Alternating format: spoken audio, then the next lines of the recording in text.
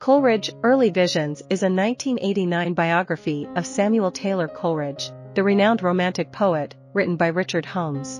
Holmes, an acclaimed British biographer specializing in prominent figures of British and French Romanticism, received the prestigious Whitbread Book of the Year award for this work.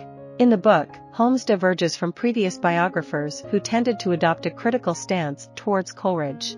While Wordsworth regarded Coleridge as the most wonderful man he had ever known, subsequent biographers have approached his life with skepticism. They have explored various aspects such as Coleridge's opium addiction, instances of plagiarism, shortcomings in his marriage, political shifts, sexual fantasies, and mystical inclinations, which could be the subjects of separate books.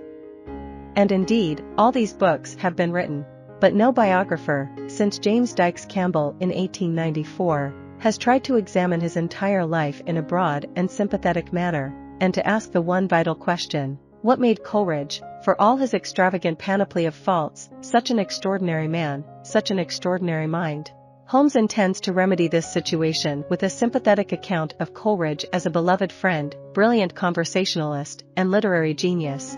He throws down a challenge to the reader, and to himself: if Coleridge does not leap out of these pages, brilliant, animated, endlessly provoking, and invade your imagination, as he has done mine, then I have failed to do him justice.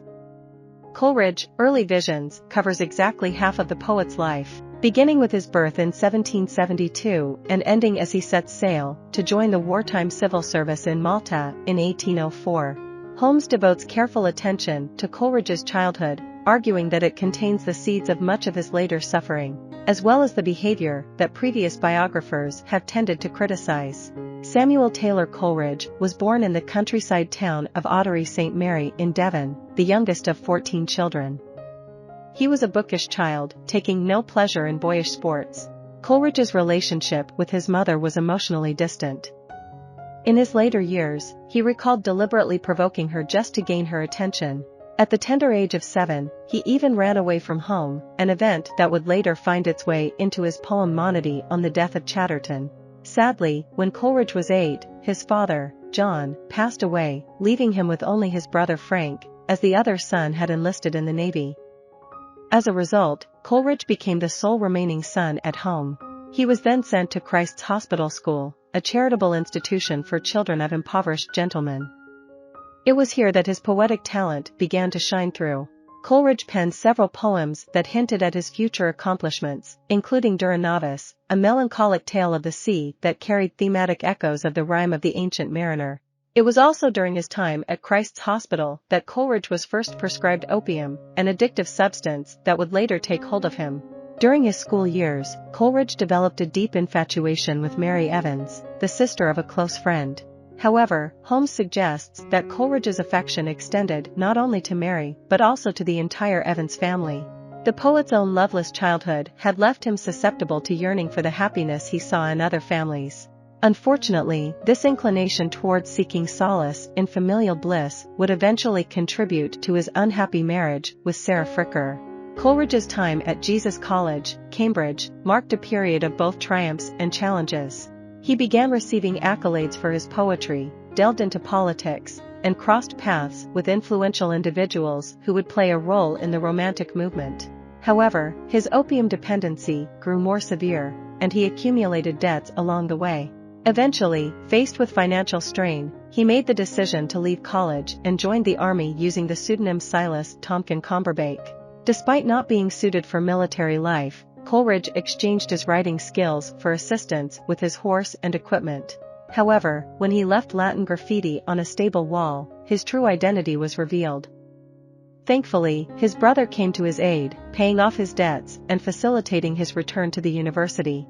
Upon returning to Cambridge, Coleridge delved into writing poetry that would later be categorized as romantic.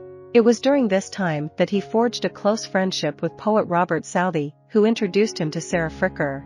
Coleridge found himself infatuated with all the Fricker sisters, and despite Sarah not being the most compatible match for the young poet, he proposed to her under Southey's influence, and they eventually married. Coleridge's creative partnership expanded when he started collaborating with another budding poet, William Wordsworth, on a collection of verses titled Lyrical Ballads. Initially, Coleridge took the lead in this joint endeavor. However, when he agreed to join Wordsworth and his sister Dorothy in the Lake District to finalize the book, Wordsworth began asserting his own artistic vision, rejecting Coleridge's acclaimed works like The Rime of the Ancient Mariner and Christabel. This rejection deeply affected Coleridge, marking a significant crisis in his early life. He returned to his unhappy marriage in a state of despondency, exacerbating his opium addiction and gradually shifting his focus away from literature towards political and metaphysical contemplation. According to Holmes, this period signifies a pivotal juncture in Coleridge's life.